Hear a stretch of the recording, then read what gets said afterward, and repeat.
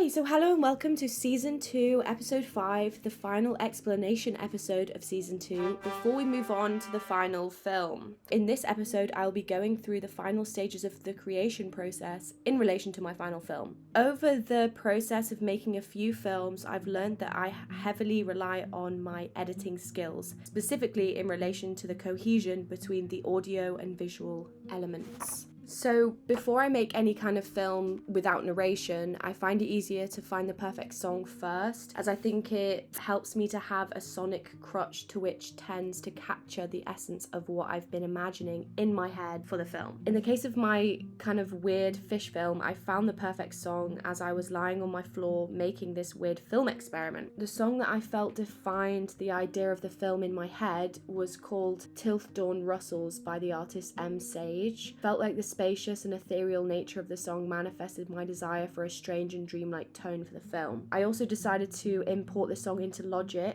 in an effort to enhance the quality of the song, specifically adding points of breathiness audio to add a ghost-like quality. So in terms of the filming and editing process, my friend Luna and I went down to the beach with the intention of listening to this song and embodying the essence of the kind of sonic experience. I knew at that point that I wanted there to be some kind of character that was influencing the insanity of the fisherman, causing him to lose the fish and be pulled into the ocean. The editing process, in my opinion, was the key element that made the film become cohesive aesthetically. Obviously, taking inspiration from the films previously discussed, I decided to film everything in a square frame. It helped the whole film to become separate and intimate to the viewer. So using Premiere Pro, I also messed around with the noise filter to enhance the gain of the video, which left a fuzzy and kind of old-timey vibe to the film. One of the biggest decisions I made editorially was to import each piece of video footage into the stop motion app to create a more kind of staccato-esque visual landscape. I felt as though it kind of stunted the pace of the film, but in a positive way. It kind of induced a feeling of being trapped in some kind of strange moment in time. Same can be said for my decision to reverse some of the clips as well. I think before we conclude, it's also important to note my decision to make the film less specific to each fish cushion. I wanted them to be a part of the film,